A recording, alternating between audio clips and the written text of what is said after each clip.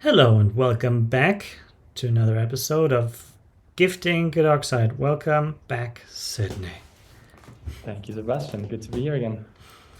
So we have upgraded our technology for better than ever sound and less fan noise. The kind of fan noise you don't want. So not the applause of the fans, but the fans. So everything should be better now. And we are here to review index from tree. Yeah, maybe you give me a heads up. Yeah, exactly. So this was just the first draft PR and the first couple of commits, just to get things on the road, I guess. And yeah, I tried to instead of not like the last time where I tried to put everything into scope, just trying to make it a bit more uh, lean, basically, on what was trying to be achieved here. And yeah, you can see the to-dos here. That's basically what I have planned for this PR for now, at least. So we traversed the tree. So you want to create an index from a tree, which is something you need to get the first index after you've cloned something. And you have a work tree. So PR repositories don't have an index. For that, we don't need that. So we traverse the tree and get the right sorting for entries. And then we have a tree just with entries. So the bare minimum, index just with entries, bare minimum index. And then try to avoid sorting. So just get it to work fast. And then we create what is this? Yeah, this I don't know. This was something that wasn't very obvious to me at the beginning, but and this is also very specific to the index file here, to the state basically.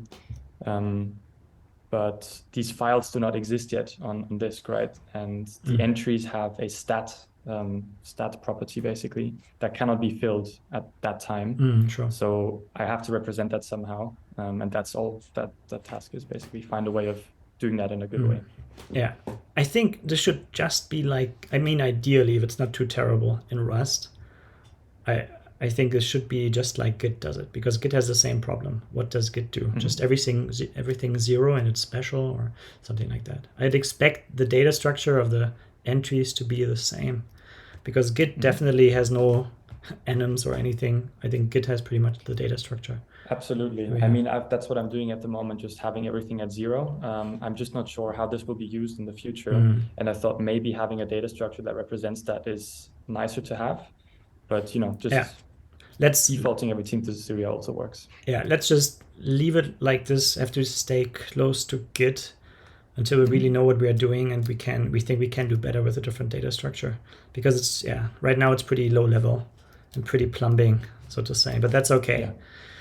And finally, the tree extension. Yes, agree. This is something we can outscope if it causes any trouble, because we don't need it necessarily, at least not yet, but definitely good to have. Tree extension greatly speeds up building a tree from an index, so the other way around. Yeah, and it makes sense. It's like the index entries, they only have the files, so the leaves of all the trees that contain the directories are not contained in the index anymore, just the files. And the tree extension brings back the directory information essentially. And this is how you can map the tree hash that created a set of entries that are all consecutive. That's, I think, what this is, having only limited experience with that myself. Okay, so Jeff Parson already said something here. That's cool. Yeah. I don't know what to say about it yet, because let's look at the code first. I have no idea just yet. I think he commented on a couple of to-dos that are left in the code, and just had some thoughts about that basically. All right, so we do get a tree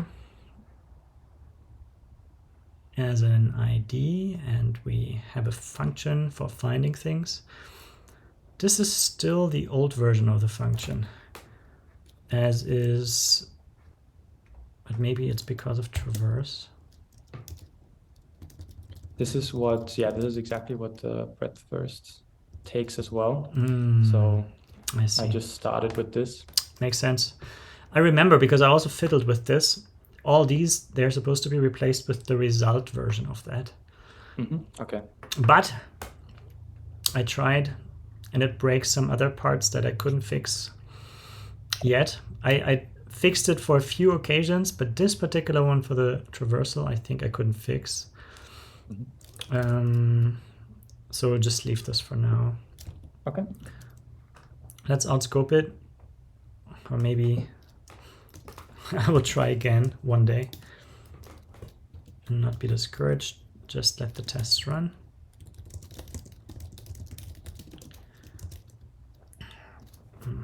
This cable here is a bit in the way. Okay, now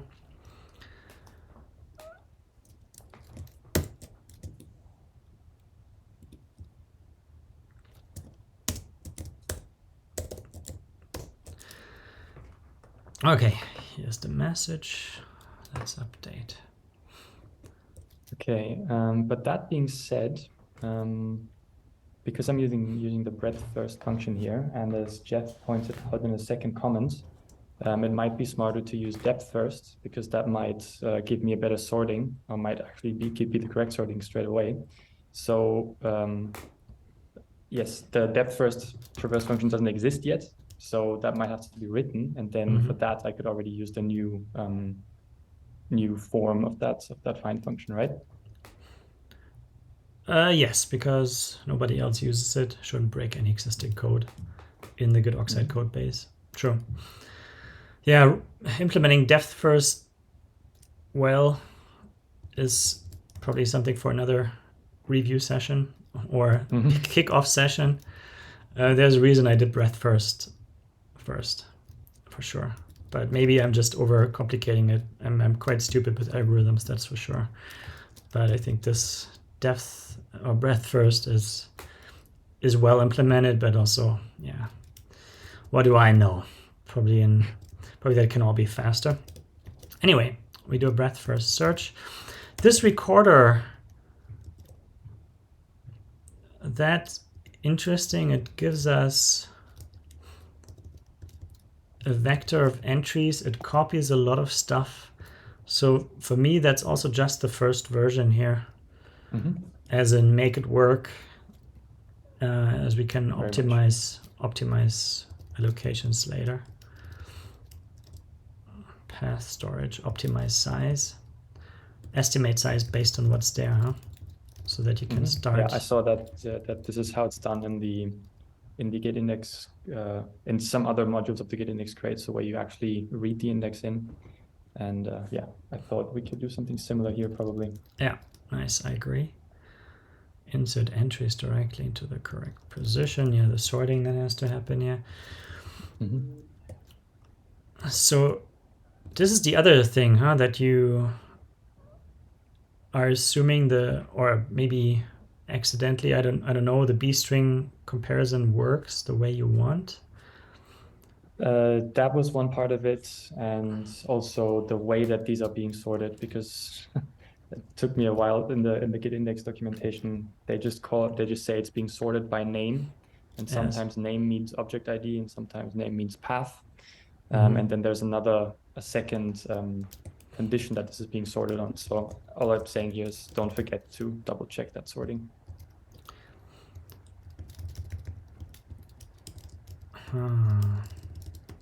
So look, there's already a comparison here. So these entries, they do implement comp. And I don't know if is this a special comparison? Yes, it is. Look, because here we only have equality and partial equality. So you can imagine I had to do the same thing already. And this comparison here definitely compares the path, which is probably the same that you do. So now, did you already find where that is happening here? No, I did not actually. Then we have entry mod, maybe. I should find it, right? Like if the whole structure is consistent. then look, it is consistent enough. See, so I say I see entry. So if I want more about entry, I go to the entry package. Oh yeah, I should probably show this here. I go to the entry package, and then yeah, the mod is the entry point. So, and here we are already. And you see, this is the comparison you'd want, and you have entries already, don't you? Yes. And you have a path backing and everything, so kind of. I mean, that's the records that you're sorting. I see. Yeah, because the path backing does not exist yet. It's basically being built as we loop through, and for that, it kind of already has to be sorted. I don't know if there's a way to sort this on the fly. Yeah. But yeah, I haven't really looked at that yet. That's basically the to-do that's up there. So I think what's a safe bet is to just implement this here, this common length thing. I think this is, this is definitely stupid in the sense of probably I'm doing something like super verbose here and maybe even slower than it has to be. And it's kind of obvious. I don't know, but that's what Git does. That's the way. This common lang here is the trick. But somehow I have the feeling that this is, this is the special thing. And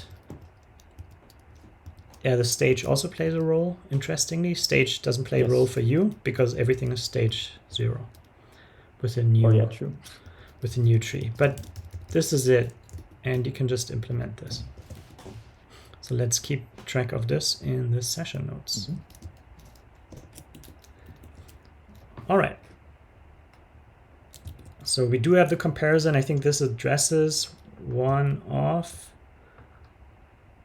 Jeff Parsons' questions. But yeah, ultimately we probably want to try to get the sort order right from the beginning. And I really wonder if this is just depth first. If this is it, like that special case here with the common lang, that's what depth first is, then that would be interesting for me. It's not. Yeah. It's all not obvious to me, even though probably it is if you have the right way of thinking. But it's not like, yeah, sure. I was the same. Like it wasn't obvious, so I definitely have to check other implementations. Maybe that's correct, but I couldn't just say yes or no. Here we do a conversion of tree modes into modes for the stat. Yeah, and that might as well be in the module, basically, just as a conversion or something. I don't know if that's better or just to have it explicitly here. Yeah, I don't mind. I mean, it's 150 lines. We still are, I don't feel like refactoring. If it fits on the presentation mode screen so well, I think it's still quite sleek. And then we go with the path backing.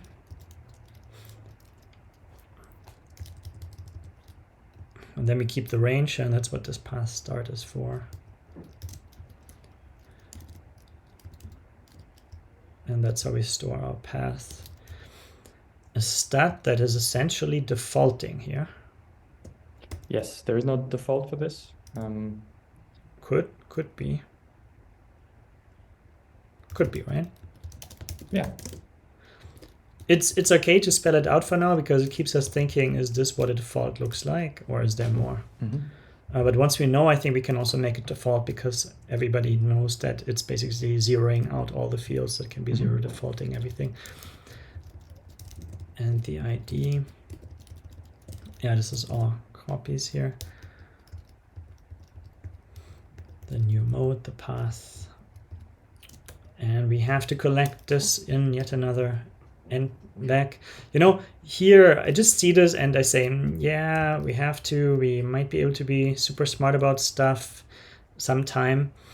But also, like, the Linux kernel tree has 70,000 files. So 70,000 is the number here of entries. It's okay. 250,000 files. When you get to 1 million and so on, then it starts. You can measure that, and then you want to optimize every little bit of it. And also learn from Git. I haven't looked at Git at all and how the Git does it. Usually quite optimal. And just make up a file stamp and create a new state, and that's it. Yeah, looks good to me. Then we have the test. Yes, tests are under file initialize, and just looking at it, I don't really know why I put it under file. Yeah, looks good to me in the sense of, yeah, right, where is this? This is an access. I would have expected it to be an initialize or init. We only have a file init here. We don't have an init for the state yet, but we could, you know, we totally could. Like, there's a bunch of access stuff here. Let's just copy all of this. I remember that when we set this up together, you said that you usually have like these multiple implementation blocks that all take care of a different overall, or like a different theme basically. And yeah, we kind of kept it in the file for them, but and this is why put it in the new one. This is why it's so easy for me to take it out and put it into init. Yeah. It's just that access, like this is already in a module called access. This is why this init block does not belong there. I would not find it. You know, I was looking for this. I was looking for the code just by looking the way I look, and I didn't find it easily. I had to go backwards, find it from the tests, which had initialized here, even though it's under file. Yeah. And this might also be better than under, you know, just in the top level then. Because we say, this is a bit special here, the git index, at one point I said file is the file abstraction around the state, but the state itself is just what we call the index here. So it's the top level always. So this makes sense. Then this should be called init to match. And that's the simple stuff, you know, it's just modularization, organization. That's the where people can bike shed. But we don't, we just do the work. It's okay, that's fine. No bike shedding here. All is known. Pure dictatorship. No questions asked. So, oh, it did it correctly. Nice. Oh. Yeah, so here is init mod. That's exactly what I had in mind.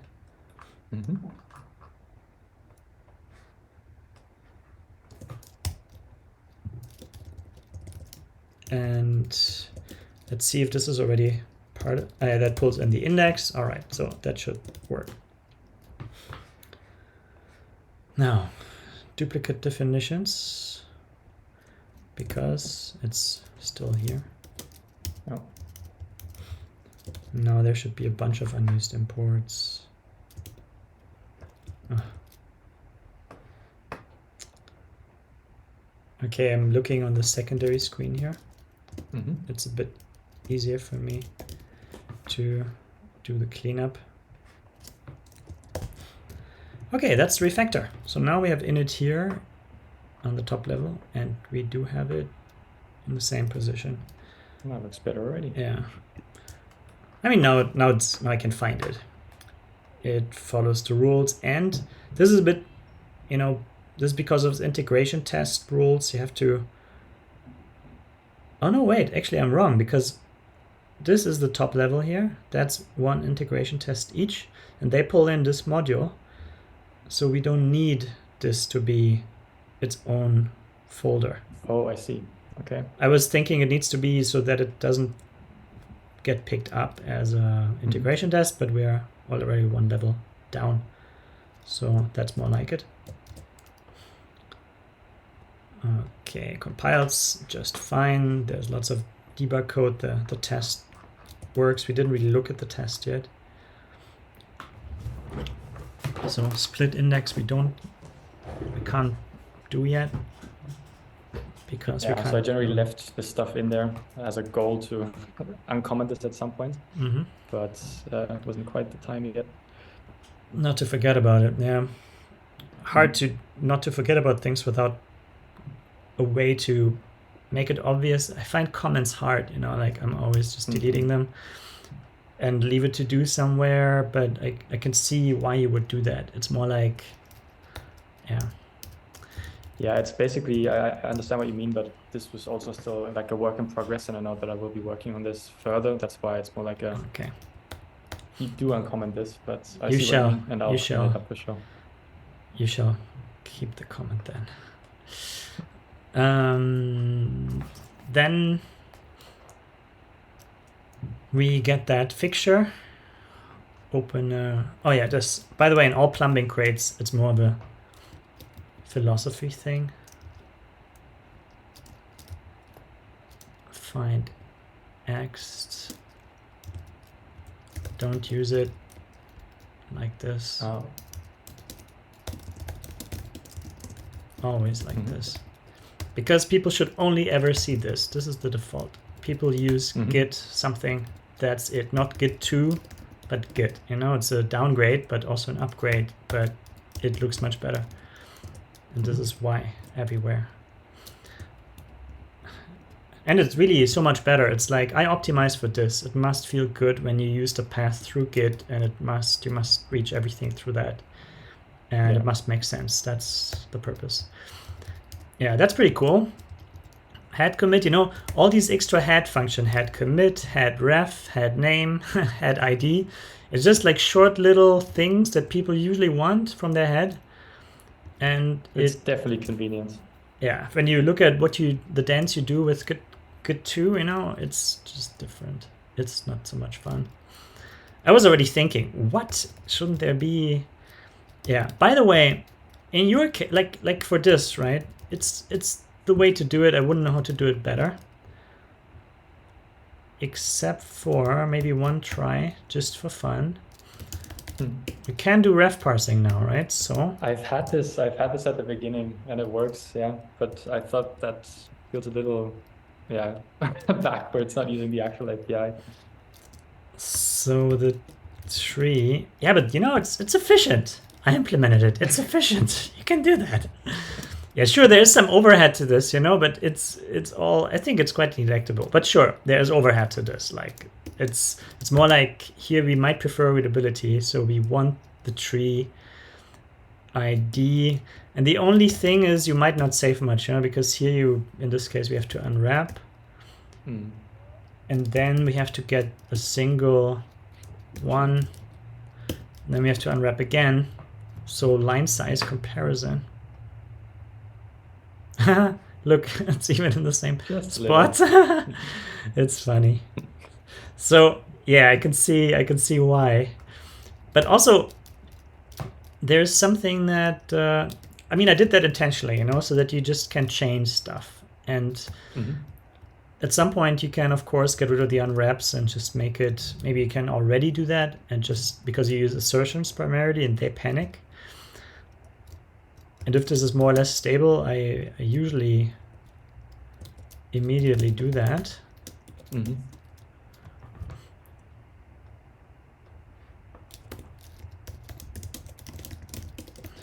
Get the crate result here. Return. Okay, now all this looks a bit better.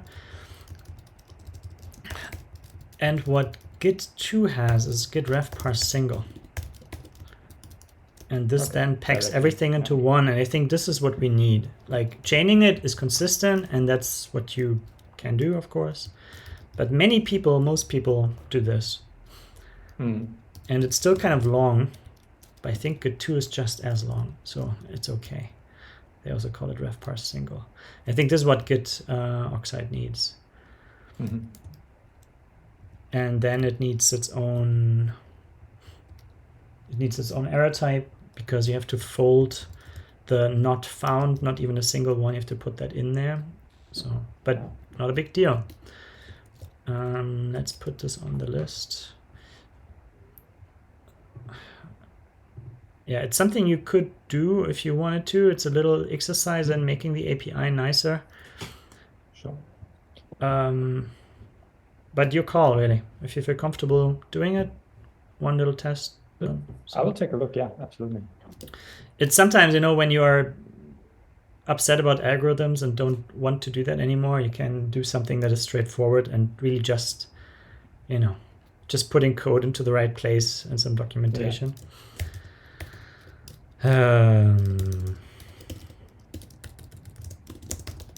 Bonus. It's the bonus mission kind of thing for extra points. Okay. So I really like it, you know, that at some point you stumble over something once, you stumble over it again, and then you say, okay, we need that.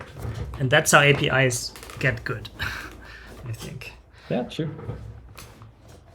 And you can do that. You can do that at will, you know, once you feel, what do you call it?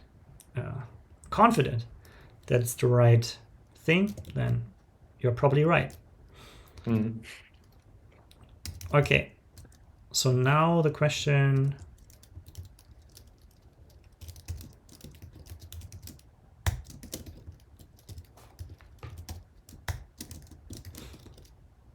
yeah, that also looks pretty good. No, so I'll probably keep that.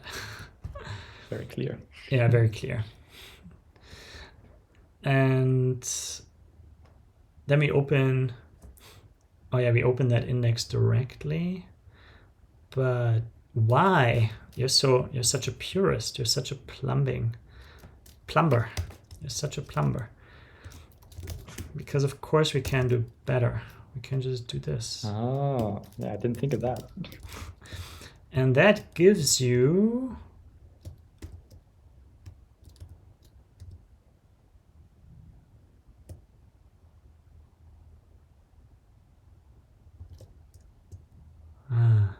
lots of complicated types.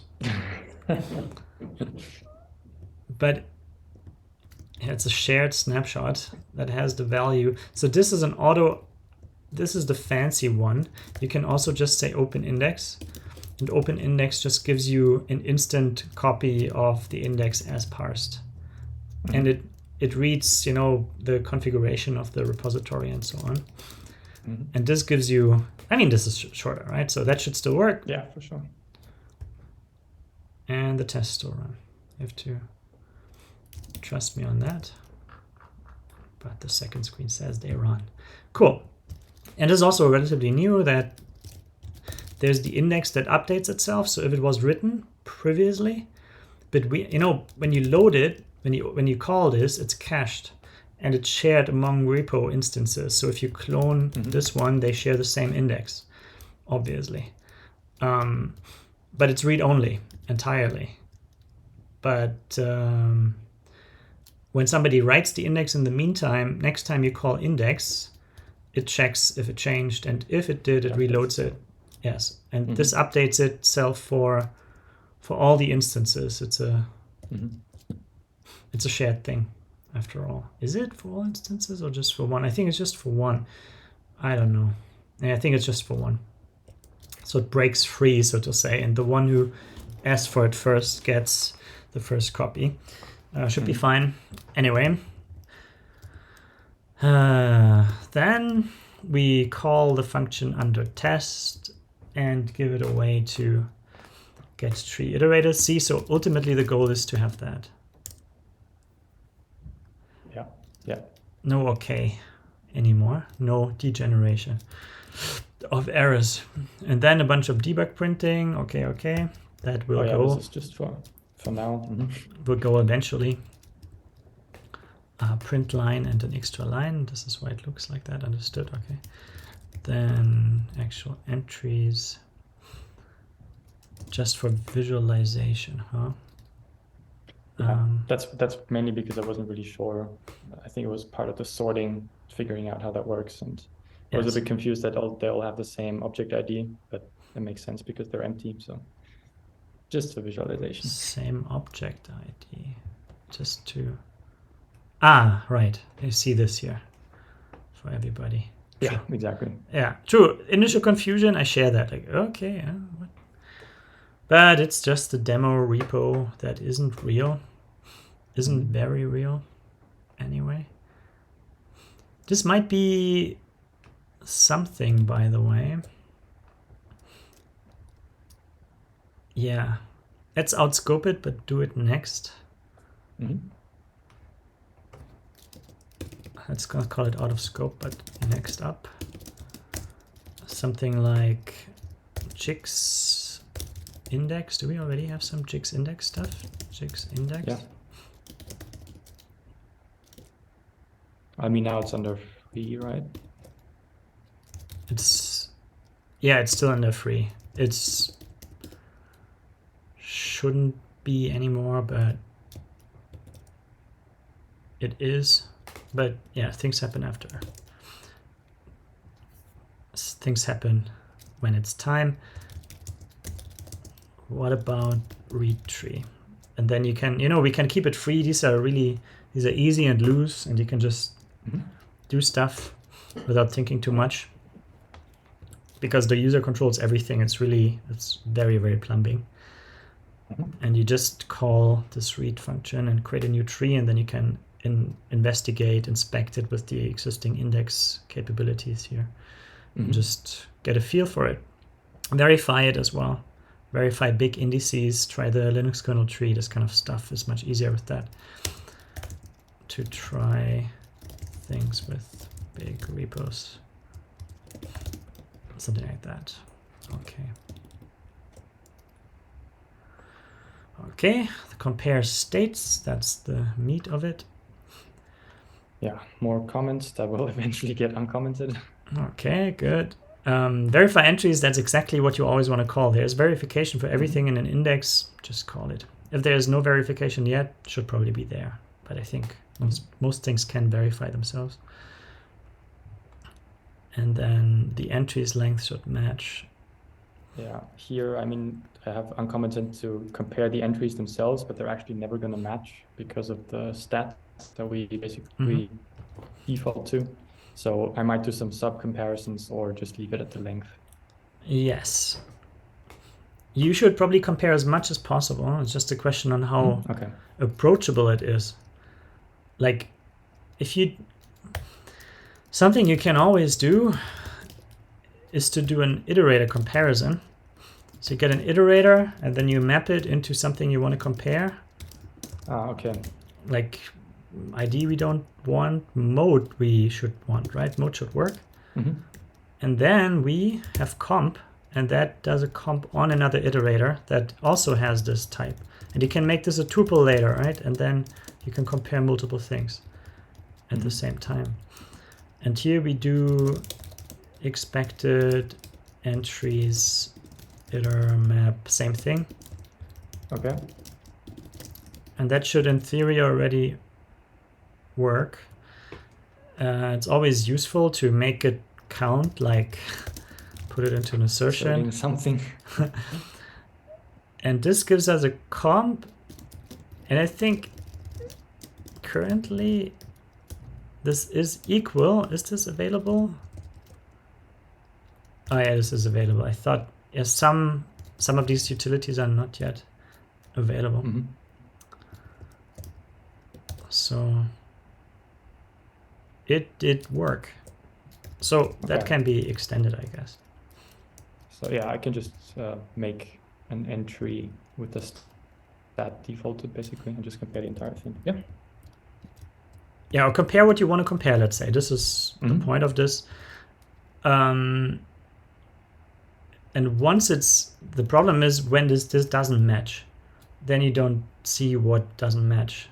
It just doesn't match. And that's why it's not so nice. And then you would probably collect this into a vector. You know the drill. Yeah, those. I remember the time when this would twist my brain. And I was like, okay, now it's colon, now this, that. How does that even work? Magic.